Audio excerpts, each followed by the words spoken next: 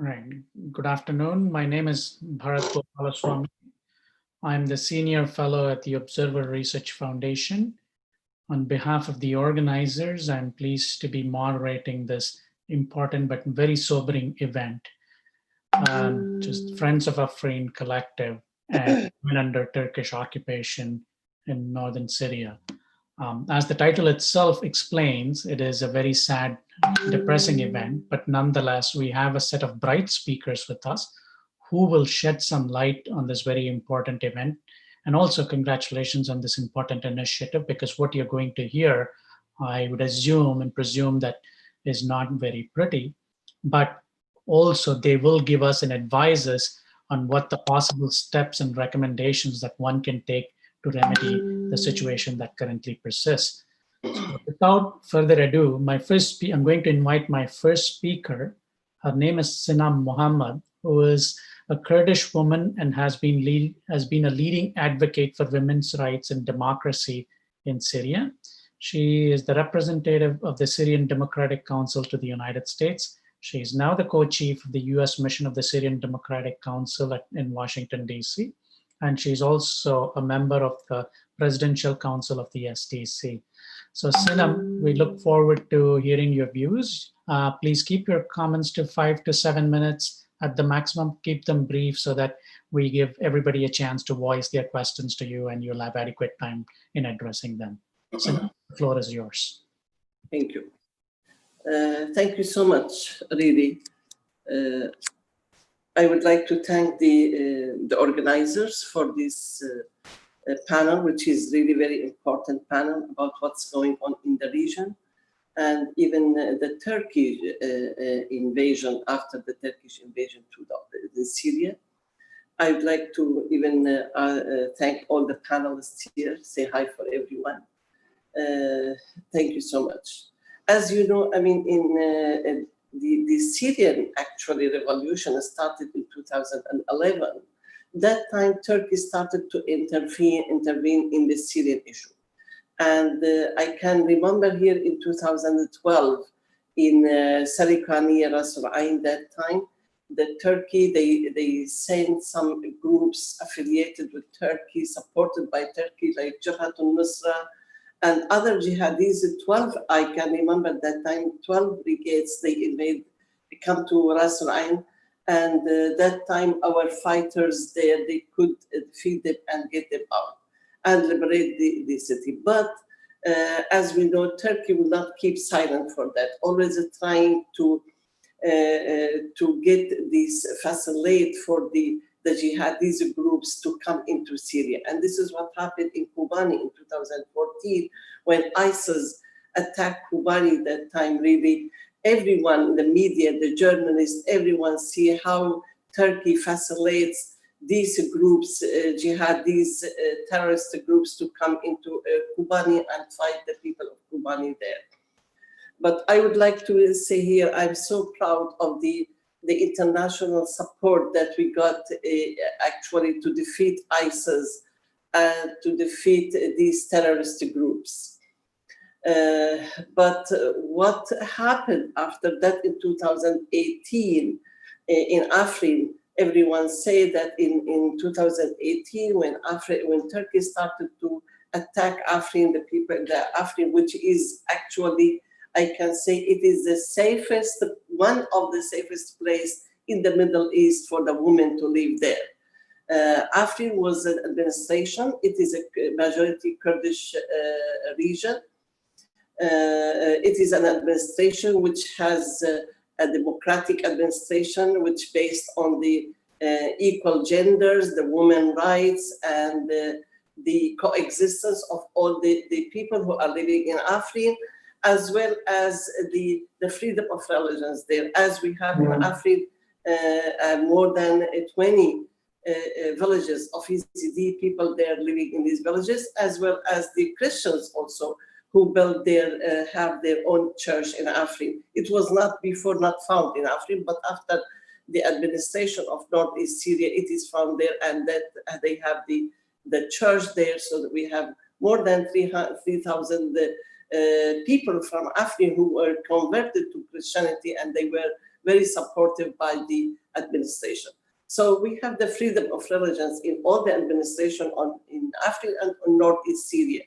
Unfortunately, Turkey would not like all these principles of democracy, freedom of religions, the human and the women rights, the equal genders. So they are targeting all these principles in our region, targeting the administration, targeting the Kurdish people, the Arabs, the Syrian, everyone living in the area. This is Turkey. Turkey has their ambitions actually to have their Ottomanic ambition in Syria. And this is every Syrian must know that.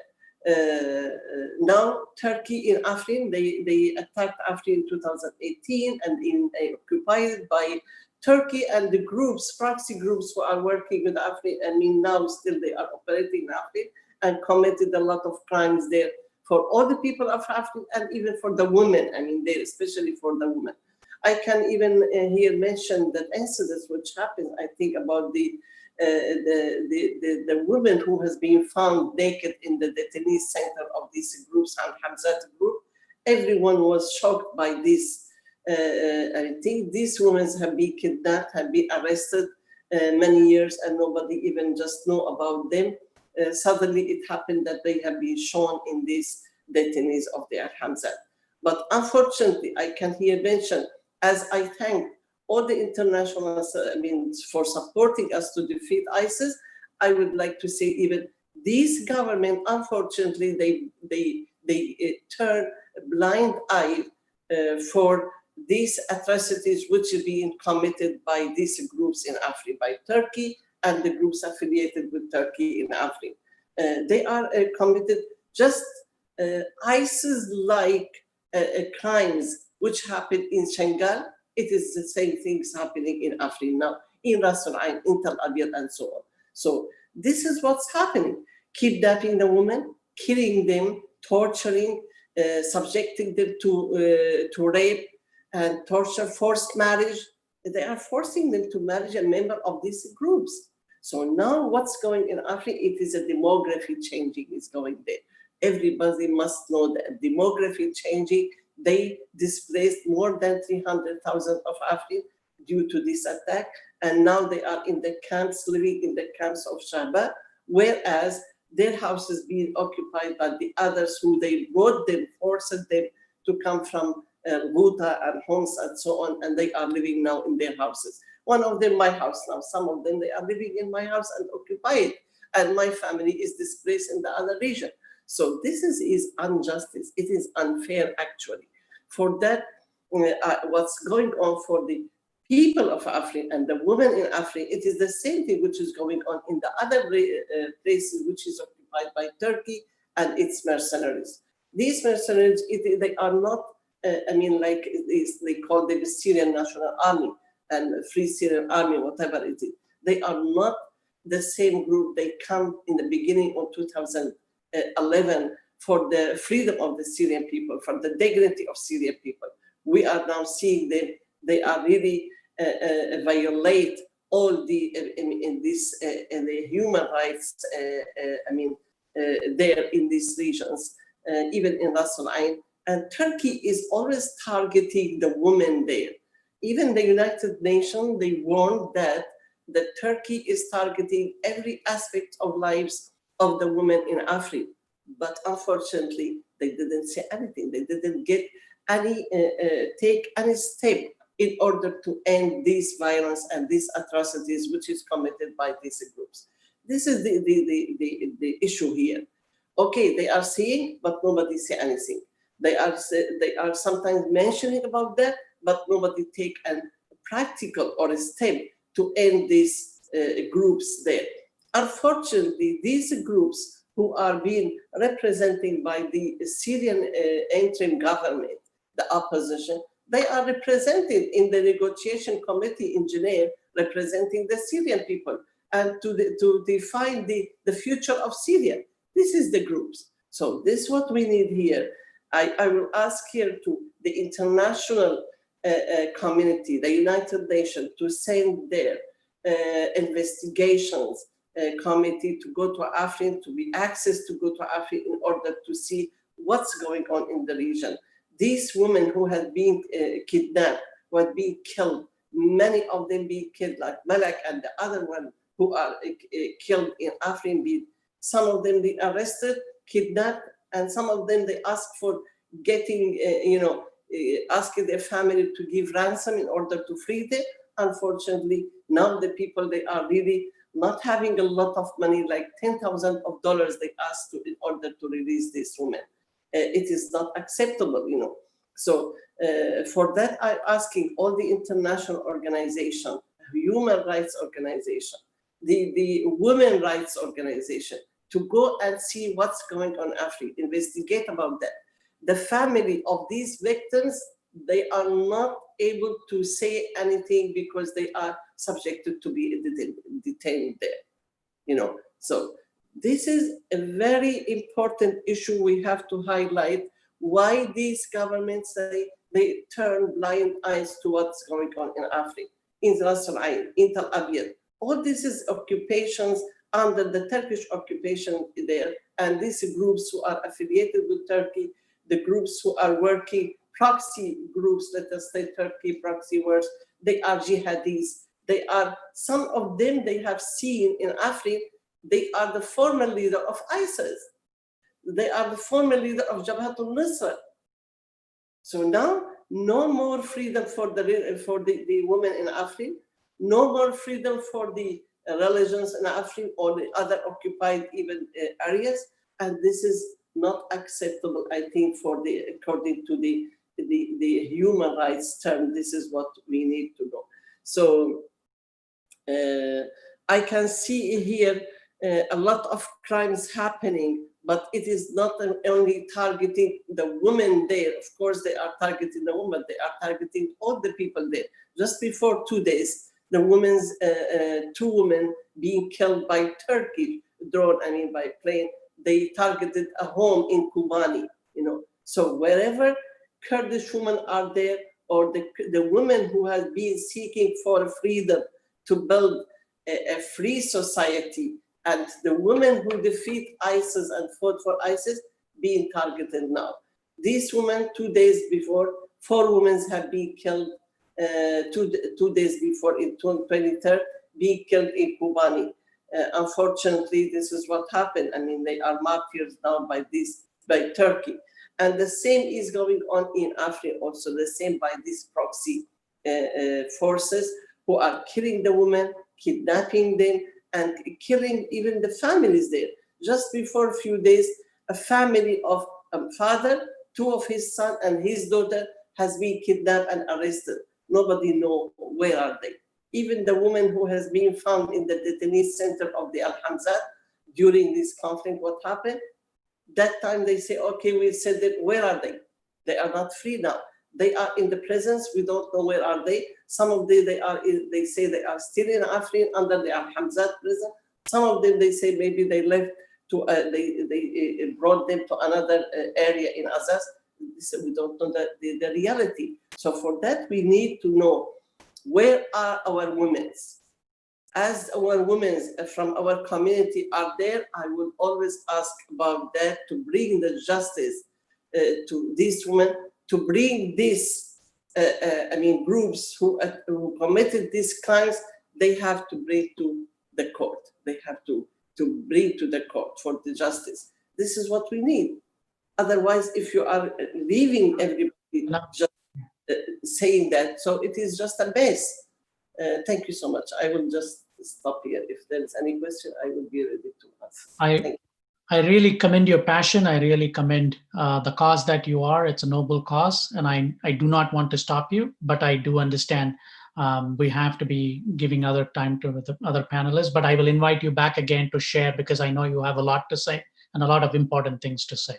So thank you very much for that passionate plea. My next speaker is Pari Ibrahim. She founded the Free Yazidi Foundation to help Yazidi civilians in need and raise awareness about their situation after the ISIS attacks on Sinjar and the Yazidi population in 2014. On behalf of the foundation, she's spoken at the United Nations and as well as a number of prominent universities in the United States. And this is just the beginning of her speech. And we want her to express her voice loud and clear. And we are very fortunate and happy to welcome her to this platform. Pari, the floor is yours. Thank you very much. Thank you, Ms. Sinem, also to give your point of view. I will discuss more about the Yazidi situation, and probably some will be repetitive, and I understand your frustration, and believe me, we Yazidis have the same feeling. I mean, we started the Free Yazidi Foundation in August 2014, when the Islamic State started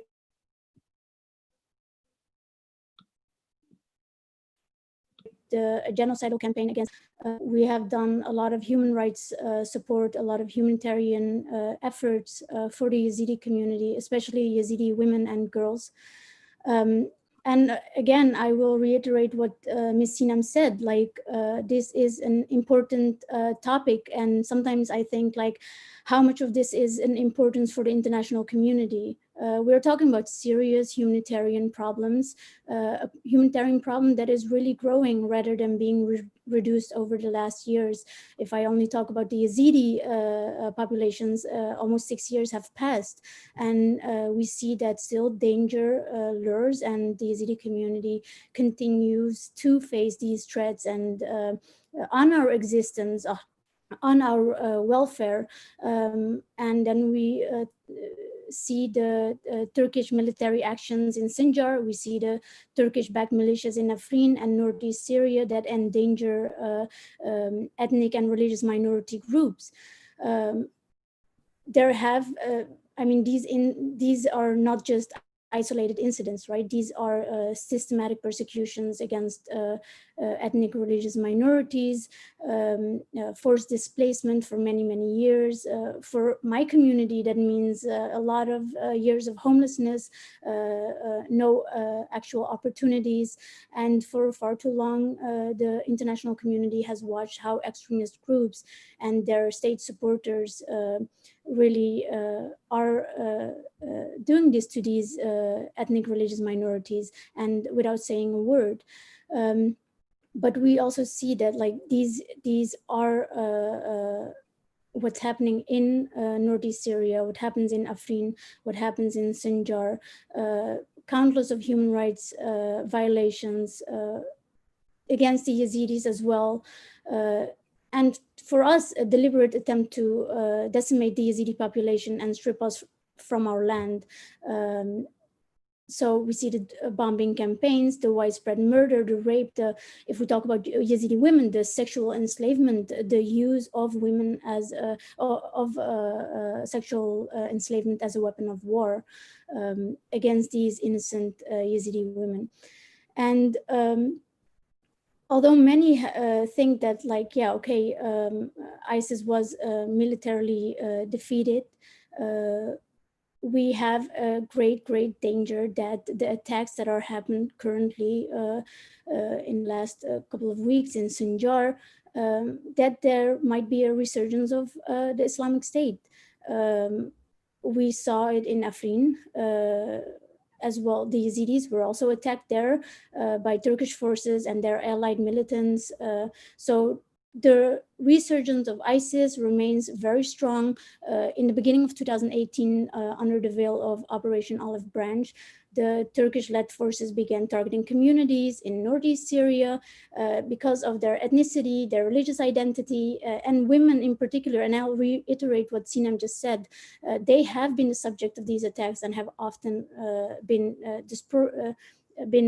disproportionately affected by these Turkish-sanctioned violence.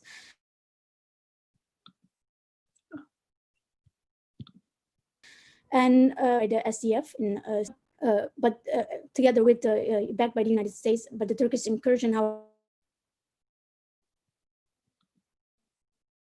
has opened the door for religious in the region and really left unchecked by the international community.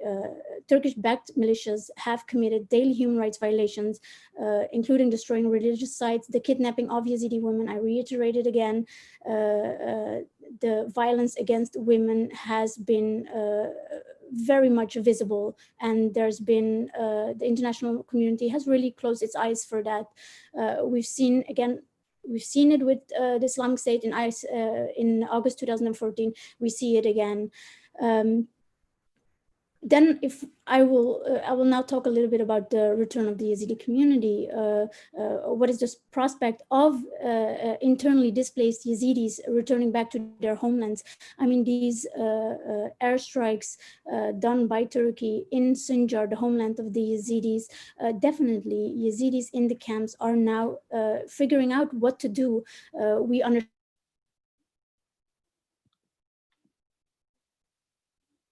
that a lot of these years to go back to Sinjar so that they could cross the checkpoints. But the question is now over 300,000 Yazidis that are displaced, what will happen with them? I mean, people are hopeless. People are thinking, what are we going to do almost 6 years in displacement? We are definitely concerned about their well-being. I'll just take a look at our statement. I mean, the concerns are obviously, since Turkey is a NATO member, I mean, NATO should step up, summon Turkish counterparts for clarification on the attacks in the Yazidi homeland, pressure Turkey to stop the escalation of the danger posed against the Yazidis and other civilians in these areas, and demand that Turkey ends its airstrikes in Iraqi territory. If I talk about the Iraqi government, really disappointed in their very weak response to the airstrikes in Sinjar. They should assert sovereignty over territory and demand a permanent end to the Turkish airstrikes against Iraqi territory. And this includes Sinjar. And again, raise this issue in the UN Security Council. So when we talk about the international community, yes, we haven't heard much of a reaction. If we are demanding that attacks against ethnic, religious minorities, other communities end in this region, I think a voice needs to be raised. And like many others, I think we fear that through these decisions from Turkey, an effort is really created for a new Ottoman Empire, one where power and security decisions are made in Turkey. And the fate of religious minorities, including Yazidis, the Christians, I mean, we've seen in the past what has happened. We see it last couple of weeks, what is happening. This is where we are going towards. If we are really concerned about peace and security in the Middle East, then we should raise our voices now. And when I say we, I'm talking about the international community, the governments, our own governments in Iraq. They need to do something as well. So to just, again, go back to what we as an organization do, I mean, we really focus on Yazidi women. And we have seen the impact it has had on our people. It's disheartening at many times to see the tactics being used by Turkish-backed militias in Syria. And I mean, Ms. Sinem was right. We see the same faces that we saw with the Islamic State. And here they are now attacking populations in Afrin, northeast Syria. These are the same people. And when we say ISIS has militarily been defeated, well, have they? Yeah, militarily, but they are roaming around, tens of thousands of ISIS members. What are we going to do about it? Because anytime there's a weak moment of the international community, of the safety and security in the area, you will see resurgence of ISIS. And I want to reiterate that because, again, we will see violations happen against women who are disproportionate in this situation. And I want to reiterate again, there's so many Yazidi women who are still missing, over 2,500 Yazidi women, and where are they? So once they are lost forever? And I think that everyone who's looking at this conversation, at this panel, should realize that.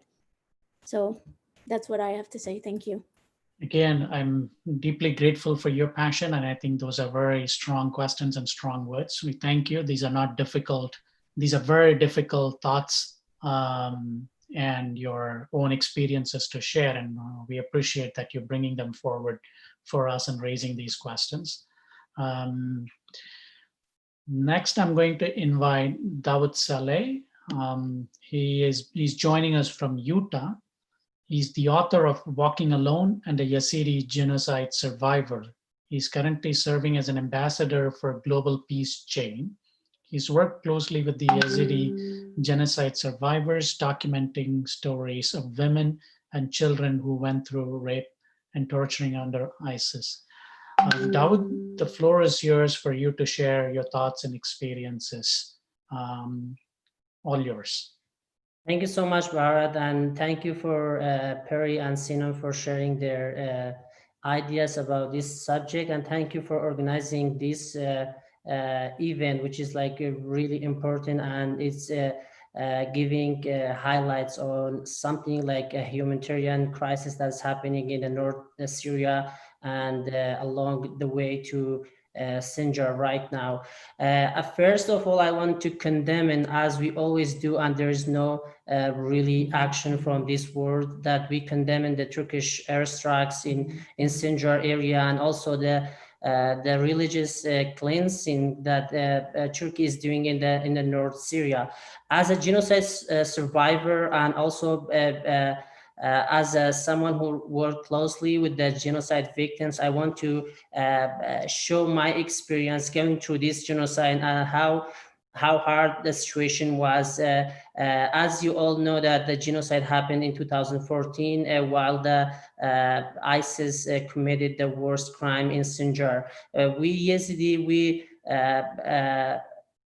forced to leave our city behind, leaving behind everything, our homes, and even part of our people. Many people were, hundreds of thousands people were stuck on the Sinjar mountain, and they were forced to hunger, and many of them were died from dehydration on the top of the Sinjar mountain. And at that point, we haven't seen any action from the international community to prevent such crimes or such atrocities that were happening in the Sinjar mountain.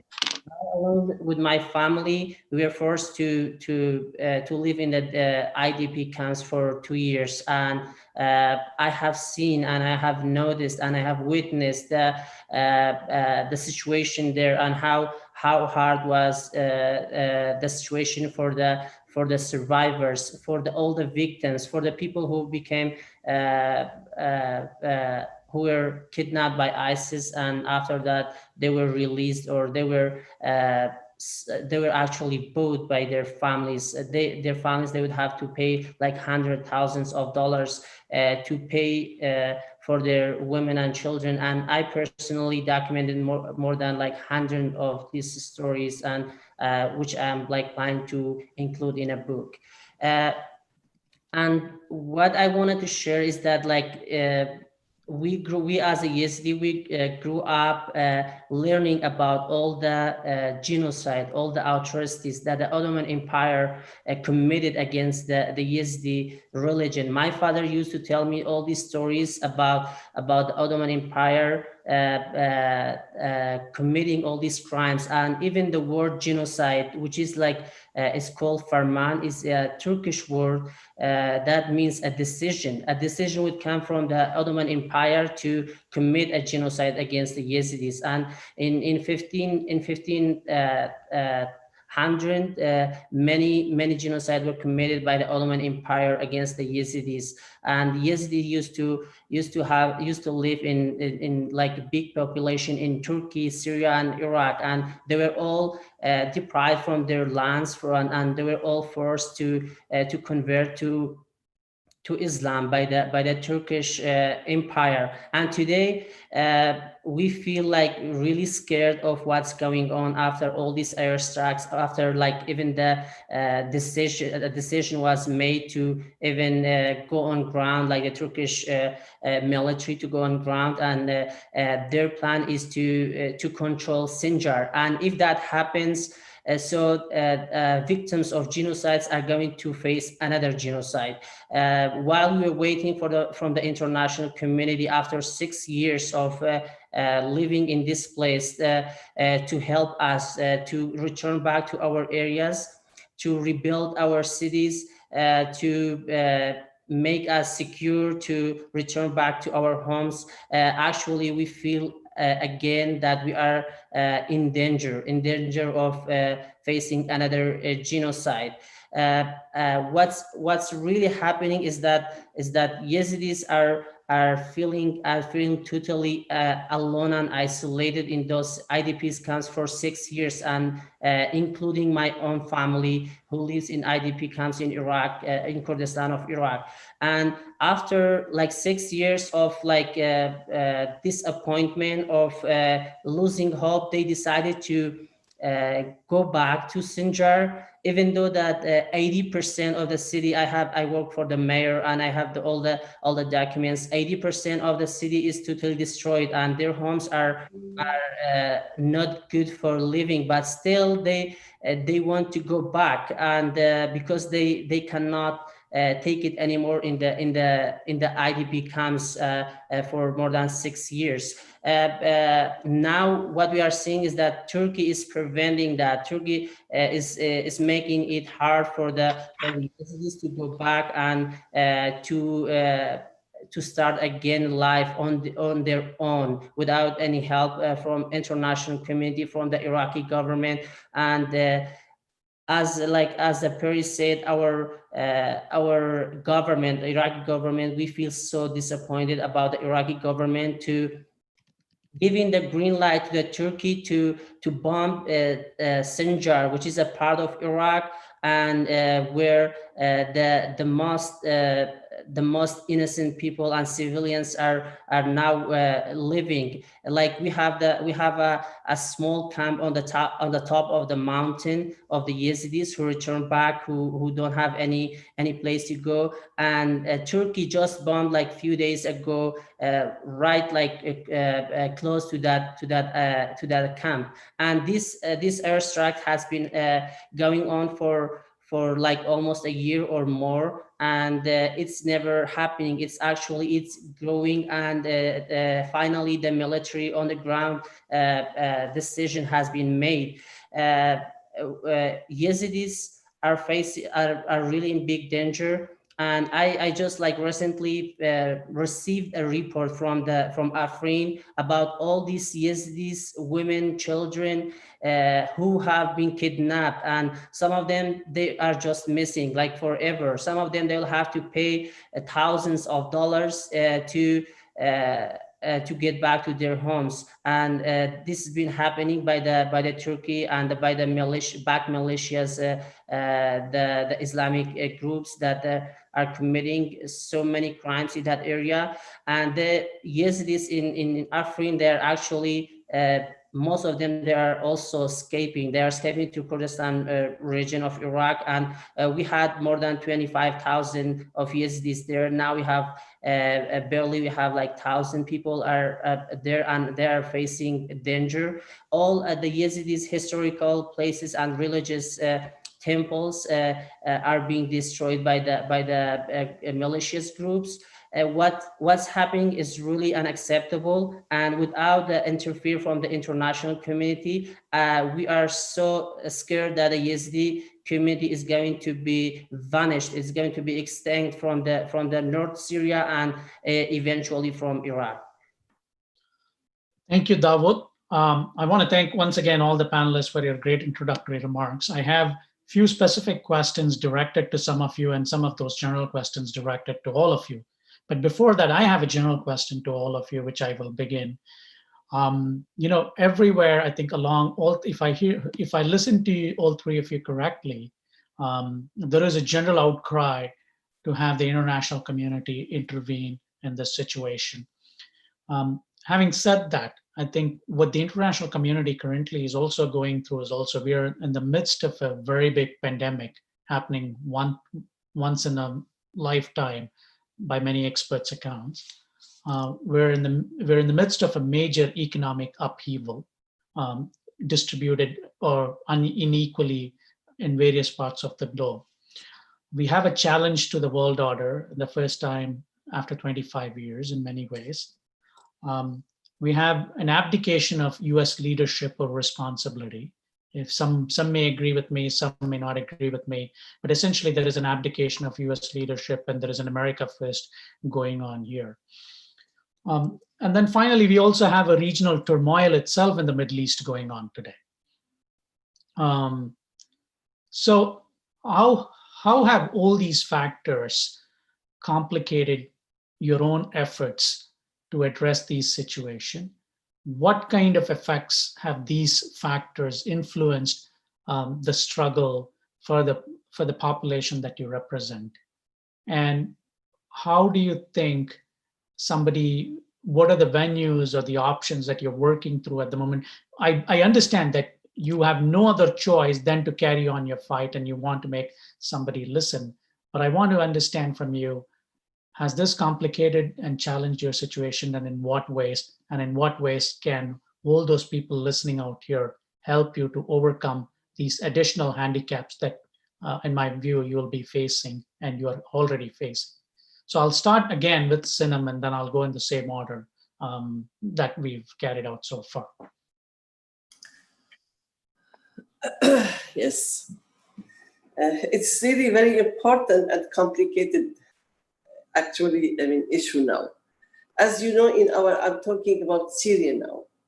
Many international powers be interfered now in Syria. I can say now in Syria we have the United States forces, we have the Russia in our region. I'm talking about our region, as well as Turkey, the proxy groups with Turkey and Russia, and even the Syrian regime, they are there.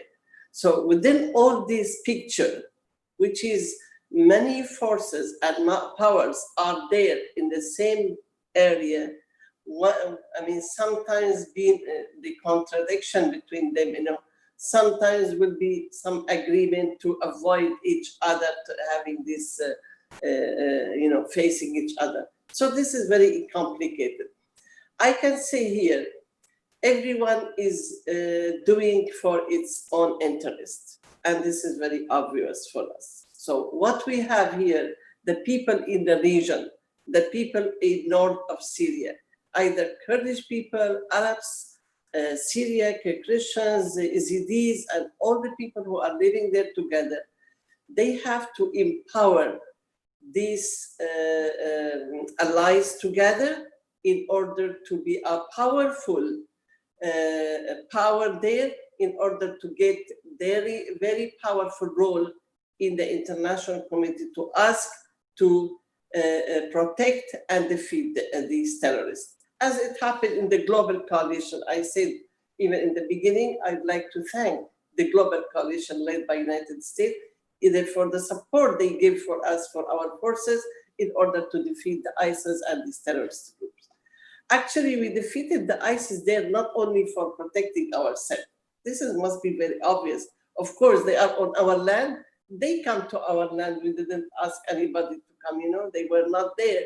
But when they invade our region, we were the people who paid the sacrifices for more than 11,000 martyrs from our young men and women. In all the Kurdish, Arab, Syriac, they martyred there in order to defeat ISIS and to defeat the terrorist group who are actually threatening the region and threatening the whole countries, regional countries, as well as the European countries. So for that, I think this terror, who is supported, some groups I'm telling about, supported by Turkey and some regional governments, these must be stopped. Everyone must say no, that Turkey is a threat now, not for the Syrian people only. It is a threat for the whole region. Look at Libya, what's going on in Libya? Why should Turkey go to Libya and fight there? So there is destabilization. They are creating the destabilization in Libya also as well. I think the United States, they asked it to stop that and to start a political solution, which is a good issue, good solution there. But could Turkey listen to that? I don't think. What happened in Syria is very obvious. Many people, they ask, we should have a political solution. all the foreigners, let us say, forces or the armies should withdraw from Syria. Nobody listened to that. Always we have conflict there. Always we have Turkey in Idlib now. So in Idlib, it is a Syrian region. So why should be there? It is supporting the groups who are in Idlib, who are the Jabhatul Nusra, Al-Qaeda, and whatever the groups are there, the Jund al-Islam and whatever, all these names who are committing crimes even in Afrin, the same people who are coming from Idlib to Afrin to commit these crimes for our people there. So I think in order to reach, to stop these atrocities which is going on in the region during this war of Syria, either from the regime of Al-Assad, which is bombing and killing our people in Idlib and so on, or from the Turkey side. Turkey now is shelling our region.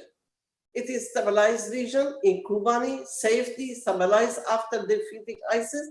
Again, they are shelling there. So why? So this should be, discussed in the International Committee, United Nations should stop Turkey from this, creating these atrocities in the region. And in order to stop that, we have to ask Turkey to withdraw from the region, withdraw from Afrin, so that the people of Afrin to guarantee to go back to their houses, to homes and villages, and in order to live in dignity and in freedom. This is what we need. Unfortunately, till now, as I said, nobody gave a real step in order to stop Turkey, in order to stop all these atrocities, whether from Turkey, from the Iran, or from Russia, and so on.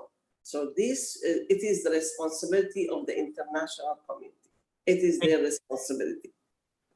Thank you. Pari? Yeah, thank you. So obviously, like, the whole world is upside down since COVID-19 pandemic started. I must say that, like, the danger always exists of being that there will be an absence of international voice on these issues.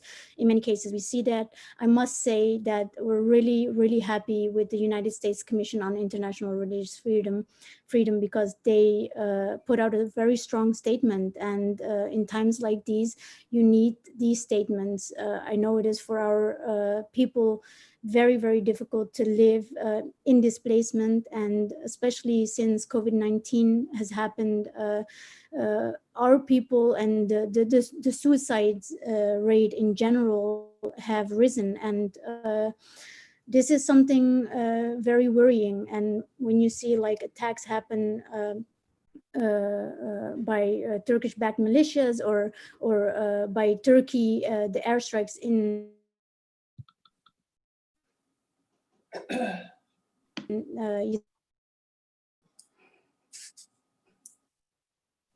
Yazidi homeland during COVID-19, especially for displaced people. If I think we as Yazidis really look at the United States for help, 14, and when Obama said we're going to start airstrikes against ISIS, we were all crying and crying, because that was the moment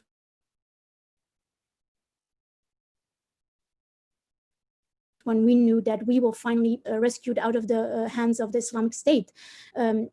Is there the possibility that there's no international voice in this situation, in the attacks? Yes, in many countries, many international organizations are silent about what is happening. The NATO is silent about what is happening. But again, I'll say it again, the United States Commission on International Religious Freedom really made a good statement, and we're really happy about that, and more should follow. So I presume that you do slightly disagree with me that the United States has not completely abdicated its responsibility on global issues. I think that the United States Commission on International Religious Freedom made a very, very good statement and a strong statement, and they did not leave the Yazidis behind in that sense that they did raise their voice for the Yazidi community. Yes. It's good for our. Anything else that happened in the U.S. government or politics, I take a step back because, yeah, I mean, I am from a Netherlands citizen and I have nothing to do with the U.S. at this moment. It's fine. Thank you. Dawood, yeah.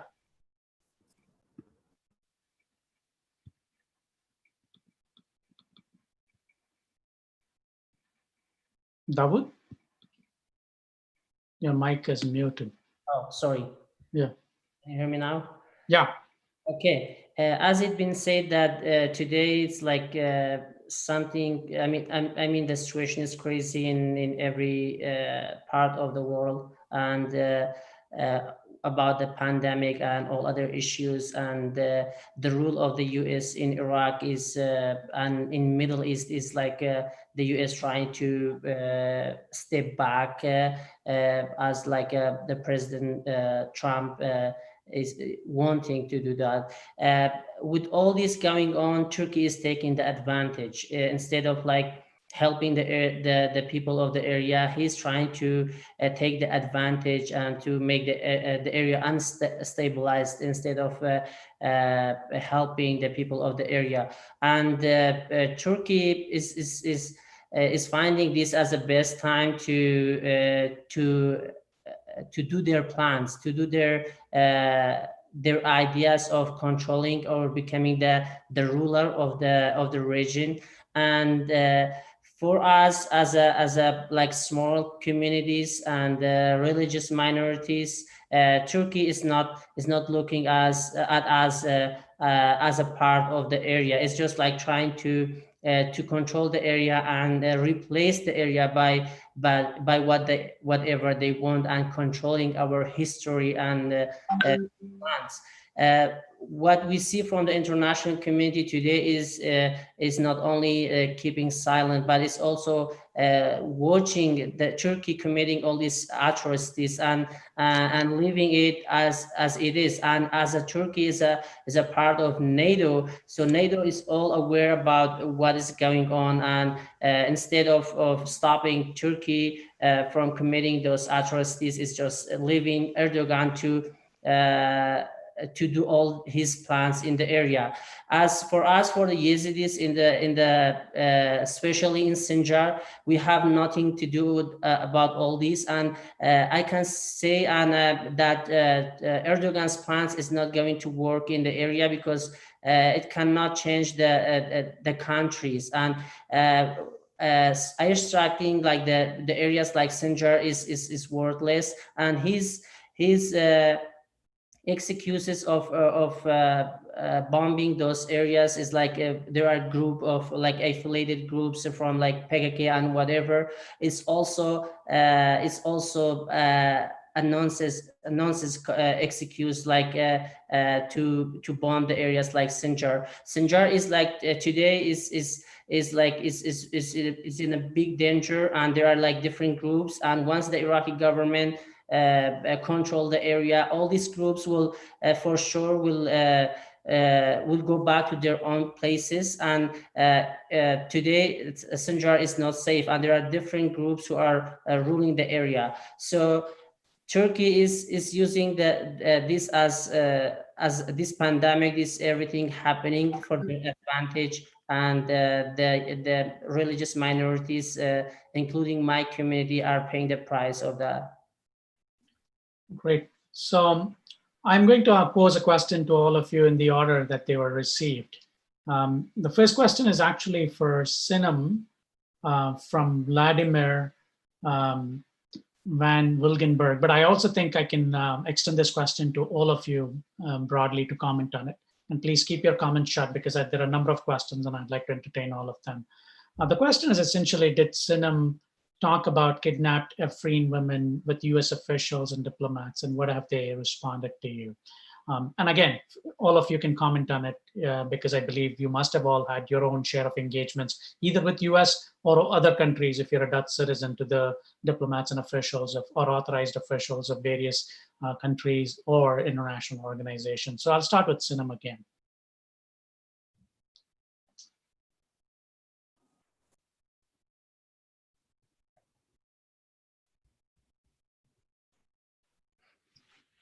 Your mic is muted. Sorry. Okay. Are you hearing me now? Yeah. Okay. So when all this violation happening, taking place from since 1980, 2018 until now, we had many statements and many documented and sent it to everyone in the administration here, and even to the Congress. To educate them about what's going on in our region after the Turkish occupation and even with Turkey state or with the other groups affiliated with Turkey or backed by Turkey. I can say they will not respond to the place where is an Afrin as it is not under the control of the United States, as they say to us. But we are always trying to keep working on that in order to stop this violence and violation which going atrocities in Africa, because we know our cause, it is a very fair cause. So for that, we will be always keep asking about that. I think recently, even from the Women Bureau, in the State Department also, they were very interested about what's going on. They want to hear about that. And they want to support some women who have been subjected to the rape or kidnapped or tortured. There are some, we can say, efforts, but as I said, it is not enough till now. This needs a political solution. This needs a political decision in order to ask Turkey to withdraw from the region, to ask these groups to withdraw from this Afrin or the Sarikaniye and all the others occupied area. This needs, I think, a political decision, and international community should do that as European and even as, in the United Nations.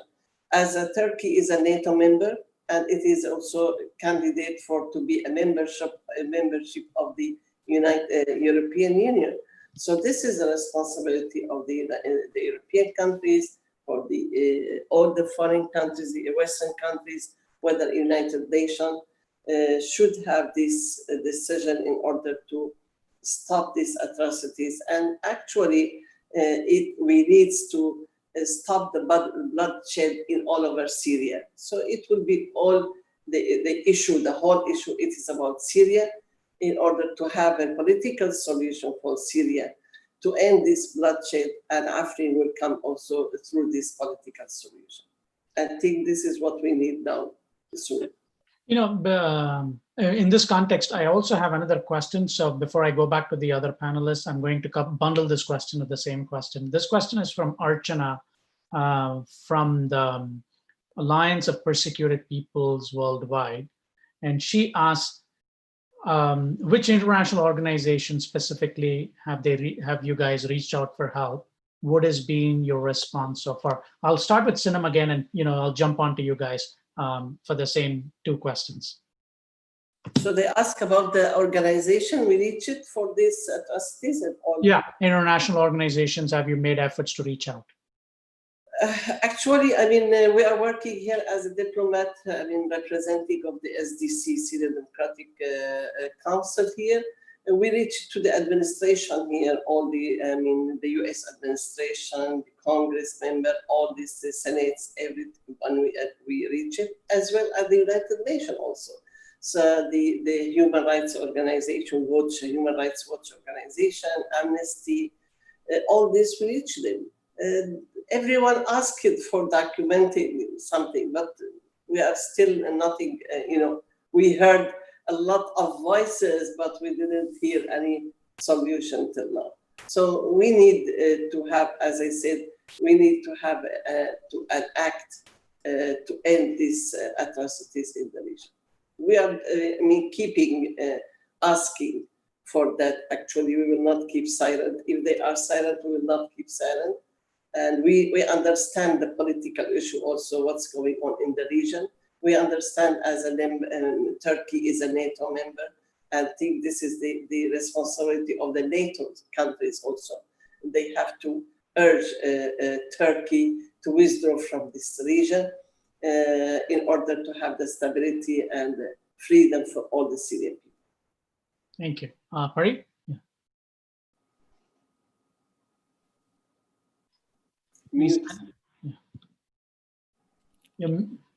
Am I on? Yeah, sorry. I'll try to answer both questions at the same time. So obviously it's very disappointing that the world does not call out Turkey for their use of the ISIS members that they're doing currently. I mean, we showed evidence to State Department and others that these ISIS members are now Turkish-backed militias, and Europe and the US, it appears that they are scared of calling out Turkey for the crimes that they are committing, and that is a real failure. That's why when I just now answered your questions before, I was really happy that USERV did make a statement and condemned the attacks against Yazidis.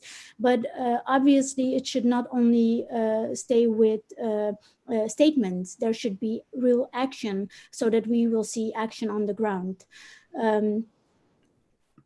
We also reached out to countries, to foreign ministers, but there doesn't seem to be a real political will. They are all very sympathetic to the cause and what is happening, but as I said again, not a lot of action, and that is concerning. That is concerning because if you want to talk about safety, security in the Middle East, then this is something you should immediately stand firm on and raise your voice and do something. And if you don't, then what happened in August 2014, or what happened in Afrin, or what happened last couple of days in Sinjar, these things will happen and they will keep happening. And then displaced people are unable to return to their homelands. And then you will put millions and billions of humanitarian aid into the Middle East, but you're not getting anywhere. And this is the problem. And the organizations? Yeah, so we reach out to countries, foreign ministries and others, and there is not, yeah. Okay, yeah. Dawood, yeah. Okay, so I totally agree with Periya and Sinem that the solution needs to be political.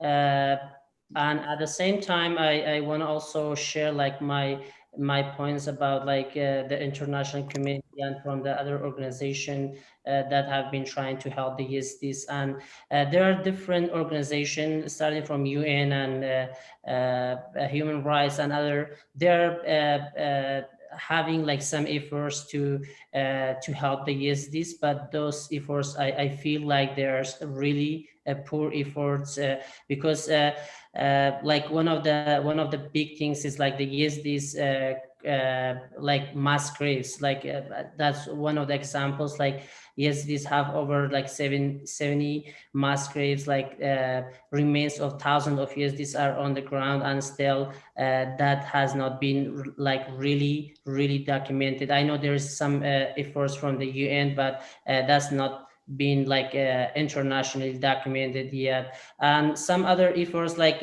we still have over 2,500 women and children there at the hand of ISIS, and the humanitarian organization they have like some efforts to rescue them, but we still have all that big number of women and children are captive by ISIS. And we say by ISIS because ISIS is not like officially on the ground yet, but some of these women and children, they were moved to Turkey. And now just a few days ago, a friend of mine welcomed one of the Yazidis women, and they had to go through a lot of effort to get that women from Turkey, and some kids at the same time, like they were brought from the Turkey, and we have like a lot of evidence that many of those women and children who were kidnapped by ISIS, they are in Turkey. In the term of organization, I was invited to speak to the U.S. Administration, and I also met with the many U.S. governors in Utah, and also I came to the DC and talked to U.S. administration. Also, I had like different documents about what happened to the Yazidi women and children and the Yazidi in general as a community. I participated like in the United Nations 68 conference, and I gave a speech about what's happening to the Yazidis, and I started like a student club at their non-profit organization to increase awareness about the Yazidi genocide. So we as a Yazidi, we don't have a big voice in the international community, in the UN, and we like personally, each one of us or as a part of organization, we try our best to increase awareness, but until this point we haven't received really positive answers to help our community. And I don't think and that was something clear whenever we talk to the government, that there will be an action for the Yazidi community, I mean political action, because that will depend on the big effort that needs to be made, and I don't think that is going to be made for the sake of the Yazidi people. Okay, thank you. The next question I have is again a general question, and I'm going to invite all of you, but this time I'm going to reverse the order. I'm going to put Dawood on the hotspot first. The question is from Lacey McCauley. Her question is, there are many accounts of the children of Afrin being taught Turkish and learning Turkish culture instead of their own culture. This is true for Yazidi and Kurdish children especially. Now Turkey is forcing people also to use the Turkish lira in some parts of Syria. Could you speak about what it will take to un-Turkify Afrin? Dawood, you can choose to agree, disagree, or feel free to comment on this question. I truly agree with that, and there are like with the control of the Turks in different areas, and we have a big history of the like genocides that they were committed by the Turkey, and it's very well known that the Turkey is like forcing their rules, their Sharia law rules, their other restricted rules to the areas, and they're trying to omit or to erase the historic and the religious different religious groups, places, temples, and all other related stuff. And what's happening with the Yazidis at the hand of the ISIS is just something similar, that they were brainwashed. They were brainwashing the kids to in order to forget their own language, and they were also brainwashing them to convert to Islam, which was something like with all the evidence that many the Yazidi rescued kids have told and documented. And I'm not surprised that Turkey is committing those crimes again in Afrin. Pari? Yeah.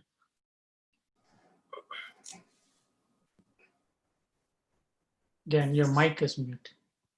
Mute. Sorry, I'm still getting used to the digital world.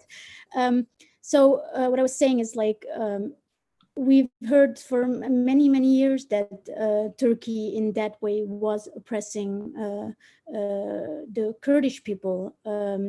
And I must say that like in everything that Turkey is doing, we're talking about a neo-Ottoman Empire, really the idea of ruling that area, doing the things their way, going according their ways of how you should live in the area. And I think that is a big danger. Regarding Yazidis, I mean, I'm now not going to specifically talk about how Turkey is treating communities in Afrin, but just in general, like for many, many years, the Yazidis have been persecuted. The idea of losing your language. I mean, many Yazidis have fled elsewhere, Armenia, Russia. I mean, I know a lot of Yazidis from those areas. They speak their own language still. I do not believe that you can take the identity of a person out of this person by preventing them to learn their own language, etc. It will have an impact on how they feel and how free they feel in that area. But I mean, if the whole world is silent about these issues, what can we as small organizations actually do to prevent that? Only to raise our voice against this kind of treatment. I mean, it's been going on for many years, and so, I mean, I know of Yazidis who have fled. I'm Yazidi myself. We fled in 1991 to the Netherlands. My parents spoke in the house Kurmanji with us so that we would never forget that we are Yazidis and that we would be able to speak our own language. And I think that is the survival mode of a lot of these generations and a lot of the people who are living in those areas and who are fleeing those areas and going to different countries. That has been the survival mode of our communities. And if Turkey is not being stopped, then this is the way we have to live, and it is unacceptable. Thank you. Shinam? Yeah. So I agree with both of the panelists actually about what Turkey is doing, and the Turkification is going on there actually. In each region, Turkey is occupied, Turkification is going on. I'm talking now, let me go to Afrin back again. All the signs written in Turkish language and in Arabic language. Now, no more Kurdish language. The schools, they are teaching the Turkish language. Even I mean, now they are using Gonza the Lira. I mean, this is due to the Caesar Act or whatever. They are saying, okay, we are using the Turkish lira. But this is a kind of the policy. It is a systemic policy by Turkey to impose its, I mean, culture to all the region which happened. This has happened even during the Ottoman Empire, when they ruled the Arab countries 400 years, you know, and their Turkification was going on. Turkish language, Turkish culture, and because of that, our language now, even till now, we are using some Turkish vocabulary. It comes from that time. So wherever Turkey or the Ottoman Empire were there, and this is a new Ottoman Empire, they're opposing the Turkification there, either by language or by, you know, culture, whatever is it. So that ethnic cleansing is going on in Africa to get them out from their root. This is what they want to do. Demography changing is going on. So that is now, before Africa, about 97% are Kurdish. Now maybe 25% are Kurdish. The others now became all Arabs. And they are not Arabs from Africa, they are from the other region. So demography changing is going on, even in the other, in Ras Al Ain and Sarikania and all this place. Also the same thing is going on. So Turkey wants to have these people away from their culture, away from their roots, no languages, no culture. Even the historical sites in Africa has been taken and been destroyed. Like we have the Indara sites there, it has been destroyed. It is a very historical known place, has been destroyed. So there will be no history for this region, so that it will be a new history for the Turkish and the other groups, Jihadist group, whatever is it. This is a very dangerous issue here. Demographic change is going on in all over Syria, in the north of Syria. which the Turkey occupied. Ethnic cleansing for the Kurdish people is going on. It is not an issue of the Yazidi it is the issue of the Kurdish people. Yazidi is there because they are even like a religious minority also. For the Yazidi, I can mention even in Africa, I know some people, they call me and say they forced them to go to the mosque, to be Muslim and go to the mosque. And one of them, they say, they occupied my house and he is there. They asked him, forced him to get back out from his house, and they make their house as a mosque. You know, they destroy all these Yazidi shrines there, holy places. This is in Qasr Jindo, it happened. There is one which is Sheikh Hamid, it is called very famous for Yazidi. They destroy it. So Turkey, wherever they go, they create their destabilization. They create mess. And the people will be suffering from them, either Yazidi or Kurds or Arab in the region also. Some people, they are backing these groups. They are, because they have the ideology of jihadist ideology. And when they enter Afrin, they say it very openly, they say we are coming to kill the infidels, Afrin infidels. As if all the Afrin are infidels and they are the only one who are Muslim in the world, and they are defending the Islam and whatever is it. It is not like that. If we want to understand it, Turkey is having their dream to go and to build another new Ottoman Empire in Libya. Also, they are doing the same. Even now, they are telling about Yemen and whatever is there. So they are trying to rebuild their Ottoman Empire, even in the north of Iraq, in the Kurdistan region, when they say Tulmusan and all these places, it is there. So this is very important and very dangerous issue. I think the United Nations, they have to be aware of that. We are working with all the administration, and we are always giving them what's going on in the region. I would like even to thank the USERF for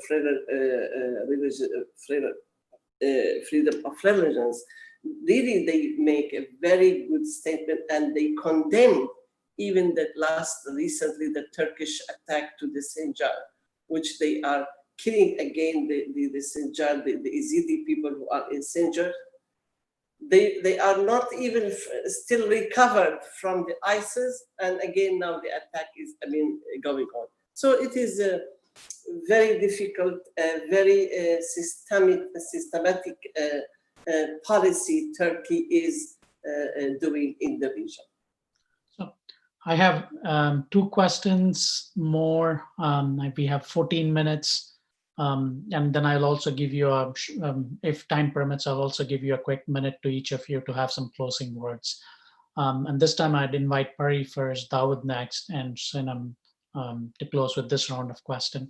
I'm going to paraphrase this question a little bit, and I think much of these, half of this question has been answered, but the second half, which I think is an interesting half that none of you have touched on, and I'd like to invite your comments, is obviously some of the Yazidis have fled or have fled persecution, fled abuse.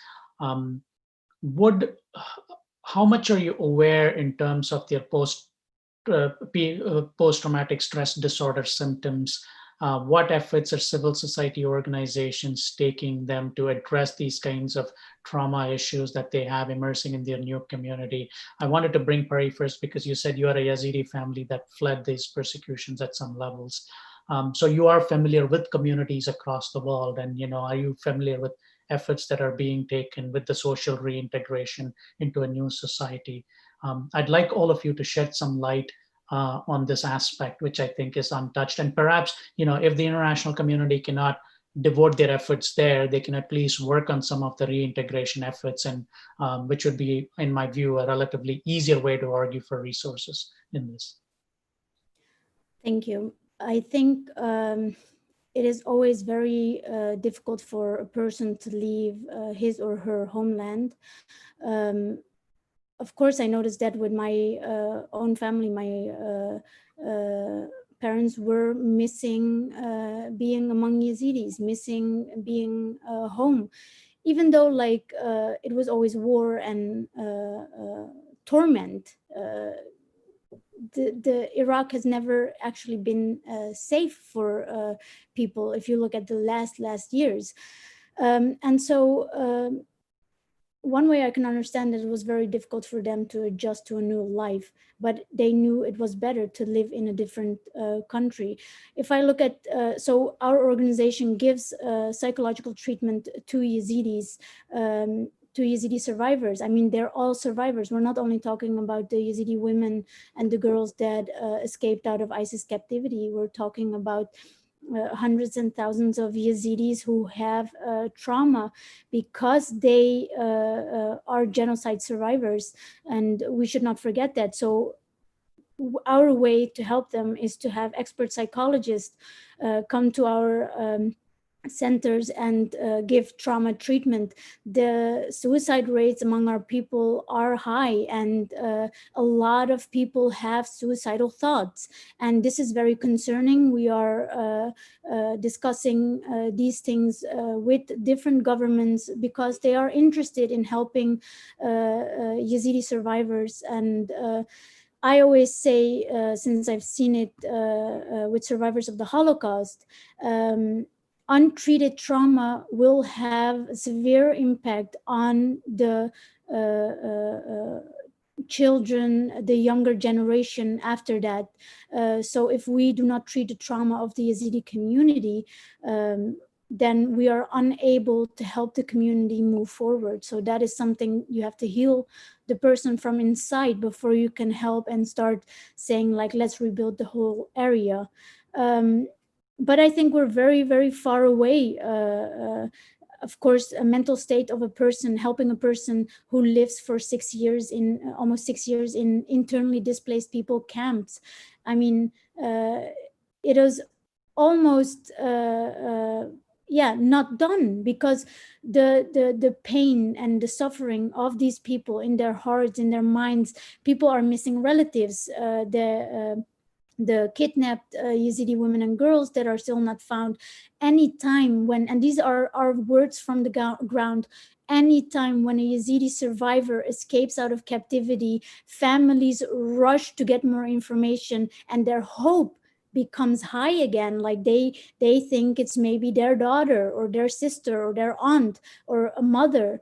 And you go basically up and down your feelings, and this causes a lot of stress. And we have a long way to go, but this is one way we are trying to treat the trauma within our Yazidi community. Dawood?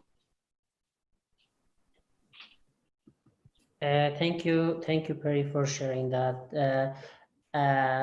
About the trauma and me as somebody who survived a genocide and who's been like far away from his family for more than 4 years now, and who also have like documented the stories of women and children who were at the ISIS captivity. It's like one of the things that we as a Yazidi community are really concerned about, and what will happen next, and how this issue or this period of time, like very difficult time, is going to impact our life after generations. How this is going to impact our kids who are going through the toughest time in their entire life. And this issue has been continuing. Like the Yazidis, they never found like a relief of getting recovered from that after 6 years of living in the camp, after losing many of their relatives, after going through all that trauma, and at the same time living the fear of returning back to their area and not finding any help, any protection from the like national or international communities. From the stories of the like women and children who kidnapped, they were like all living in the very, very traumatic and stressful situation, and how anybody could describe that. Well, they were in the hand of ISIS, and some of them, they were facing rape every day. And I personally listened to all these stories of women and children, and some of them, I know, like some there are some organization like Paris organization, and there's Yazda and other organization that are helping with recovering from this traumatic. But at the same time, like some of these women and children, after they were released, after they've been through all these hard times, they were being traumatized, and now they're in the camps. They have only one, like a small tent, and they are not getting any help. So I cannot imagine that situation. And at the same time, I feel like everybody who've been through a genocide, like the genocide that the Yazidi have faced, is traumatized, and all the Yazidis are they need help. They need psychological help. They need like emotional help. They need like to feel that they are protected. They feel that they need to make sure that if they return back, they are not going to be killed by the Turkish airstrikes. So this all is combined, and yes, these are facing like the toughest times, and it's never getting like reduced. It's always getting bigger and bigger, and yes, these are basically scattered all over the world, and that will have an impact on their life. And I want to thank also the Bridge Iraqi organization, which is like based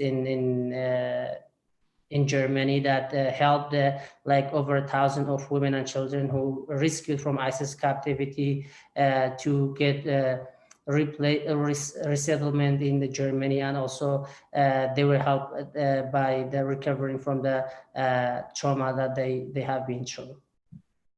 Sina? Yes,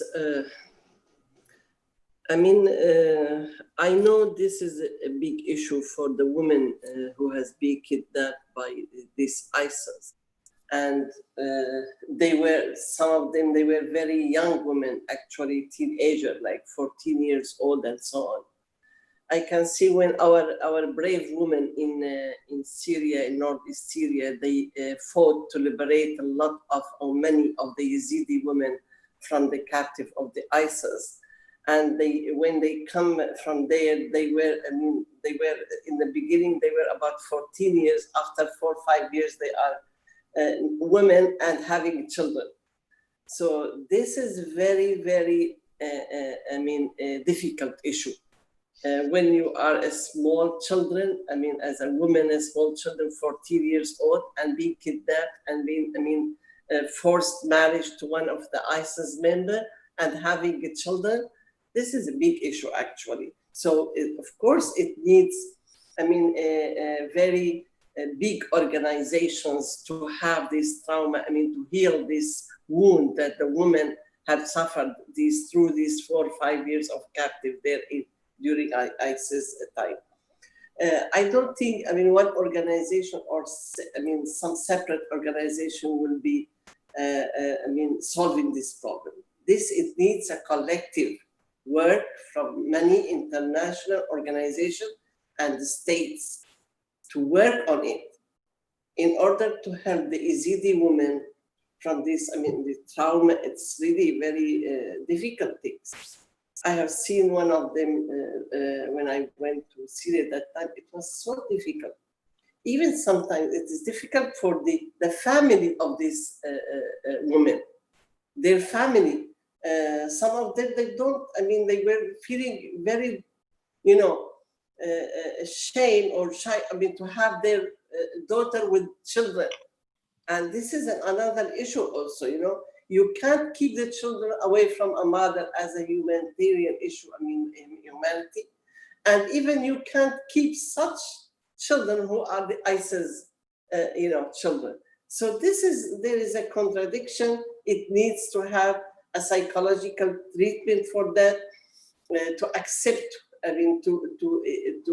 in order to train them to prepare them to live their, again, start their lives and to build their society again. I think it is a very big issue, and it needs not only one single work, it needs a collective work from a very big organization and the international also community. I think it should take it into consideration in order to relieve these women and what happened to the Yazidi women. It is not an easy thing. Can I just quickly, yeah. Can I just quickly add something to that? Because obviously, like the Yazidi community after the genocide has seen a lot of internal problems on issues that occurred after the genocide, and how is the Yazidi community dealing with that? Of course, it has a lot of trauma as well. If you publicly say that the children born from rape are not accepted as Yazidis. We have been talking to different governments about this, because obviously we are offering psychological treatment to many survivors, and some survivors have children that were born from rape. As a Yazidi women's organization, we try to ensure that the Yazidi women are safe and do what they want. And the best thing for these women, and the international community really has to understand that the idea is not to build safe houses in Iraq. It will not do anything for these women. These women need to be resettled in a different country where they can live normally, you know. It is for the Yazidi community very, very difficult how to deal with this. So I'm not going to blame my community for being in a position that is very difficult for them. They were not before put in a situation where the international community puts pressure on them to do what is right. I mean, obviously, we know women's rights, we know what is the right thing to do, but you have to understand that the Yazidi community is a very closed community. These things that have happened today are in an international spotlight, and now you're demanding from a Yazidi community that was always closed to do what you're thinking and the right way it should be to do that. It will take many years to get there. It will not be 1, 2, 3, and then we're there. This is an issue that will take many, many years, many, many talks. And yeah, for the international community, you need to give these women that have children born from rape an opportunity to resettle in a different country, period. Thank you. My final question is actually on the international community. Again, I keep coming back to it. And I'll start with you again. I'll go to Dawood and I'll end with Shinam. And also feel free to add your concluding thoughts very briefly. So there is one aspect where you reach out to the international community where they are sympathetic to your views, the foreign ministers that you mentioned, or the foreign embassies that you go out and reach out to. But there is also other issue where some of them are not receptive and do not entirely agree with your set of views because of their different geopolitical equation with Turkey. For that matter, you know, there is these growing reports on the growing cooperation between Turkey and Pakistan, and where they share some jihadist ideologies. So, what is your experience in convincing those kinds of countries that do not necessarily share your views on these kinds of issues, and how do you articulate and put your view forwards to those countries?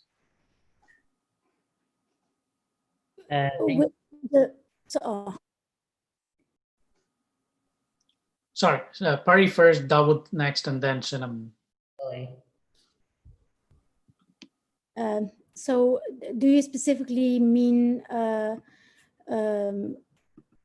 the human rights violations that are happening now? Yeah. Okay, so obviously I think that a lot of the international community, different governments, organizations, they all agree with us on the human rights violations that are being committed by Turkey. I don't think that anyone disagrees with that. So for the Yazidi cause, of 2014 or what is happening here. I think it's very easy for us now to explain what is happening. I must also say that the efforts of the Yazidi community to highlight what is happening with the Yazidis in August 2014 was very, very quick, in the sense of, like, if you look at what happened in the Holocaust or what happened with Rwanda, you can, or other parts where genocides occurred, you can see that there was a much quicker response of the international community. I think when you are finally heard, after that, it is much easier to raise your concerns on any violations against your human rights or difficulties in the region. And I think that we as an organization now have the opportunity to have our voices heard by different governments. And I think that's one of our strongest points at this moment, to be able to give our concerns to different governments.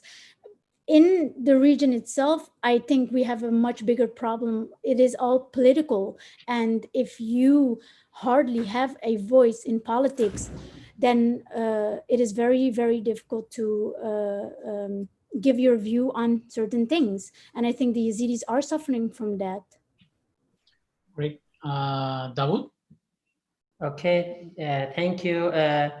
I agree that, like, the international community and most of the superpower countries in the world, they have like interest and with the Turkey, and that's one of the reasons that they are not stepping to stop Turkey from doing such acts in the area.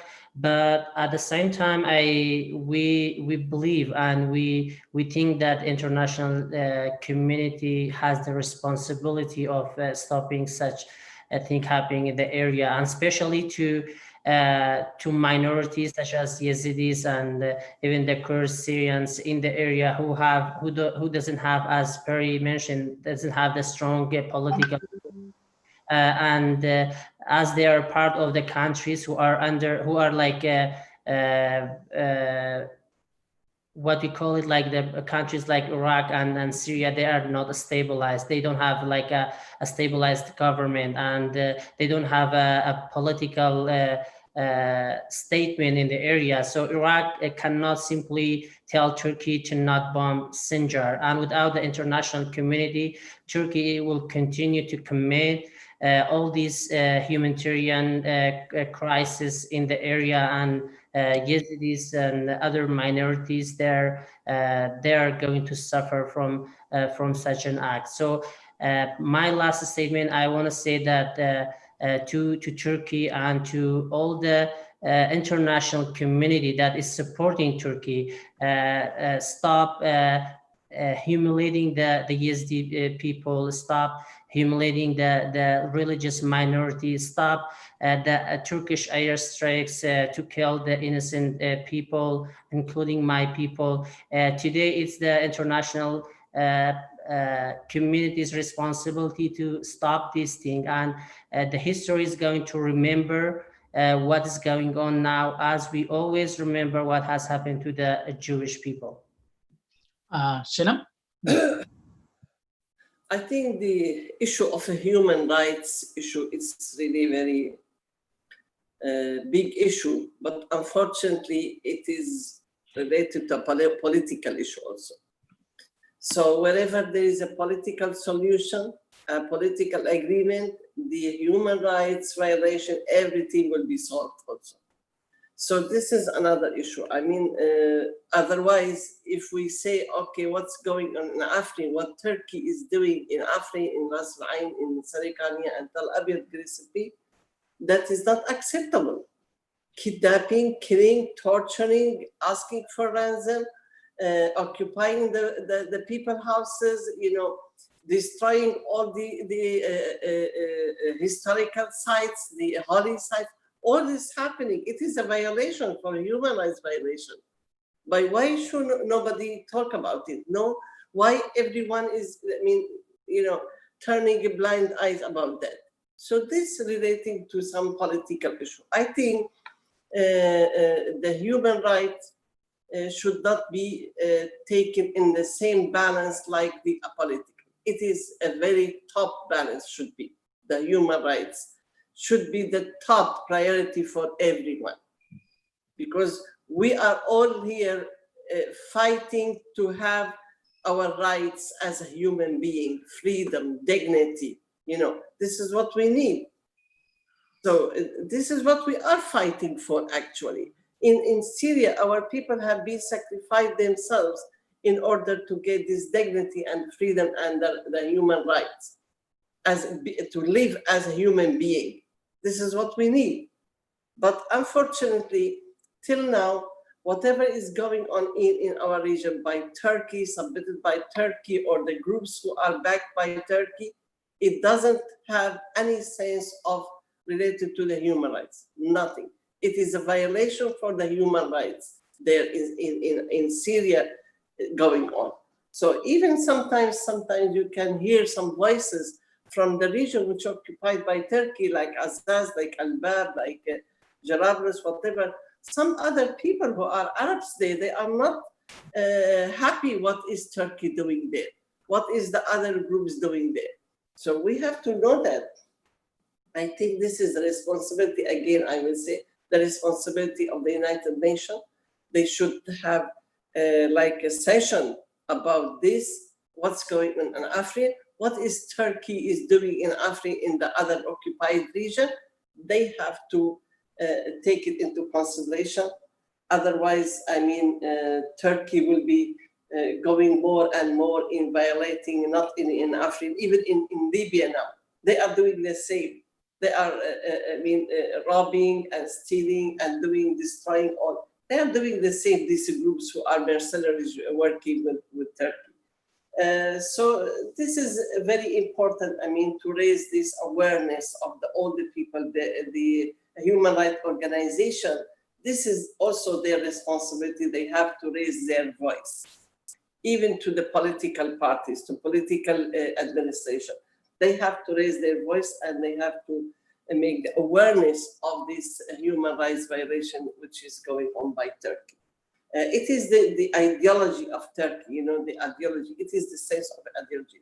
They are making something which is against the people who are living in this area. Sometimes they say, we are not against the Kurds, but they are against the Kurds, the Arabs also in Sarikania and Tal Abyad.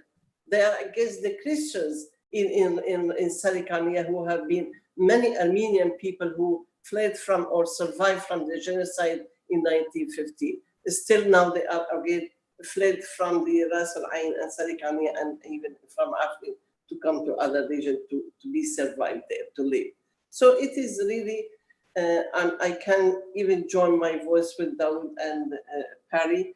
This is the international community responsibility, the United Nations responsibility, all the global coalition responsibility in order to stop what's going on from, I mean, human rights violations, stop it. I think still we have to raise our voice and we have hope to that. Thank you. Thank you, Sinam. Thank you to all my panelists. Please join me in giving them a virtual applause. Those are powerful statements, voices, and I assure you these voices will reverberate across many corridors. Thank you again and have a good afternoon. Thank you so much. Thank you for everyone. Thank you. Have a good day.